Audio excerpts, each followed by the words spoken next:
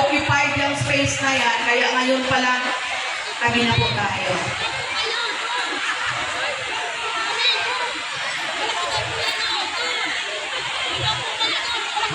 Hindi na tayo nakakapalambak because we're holding alam ko wala. Salamat Lord sa pagbigay mo ng magandang panahon and allowing these kids to perform under the heat of the sun, not under the rain. Okay. Kikisina. Nagkakaunti na may kasamang paawan. May kasamang galit. Galit na buhay. Ay, ako'y binabanas dito. Yung kilikili. Ready na po ba, mga ma'am?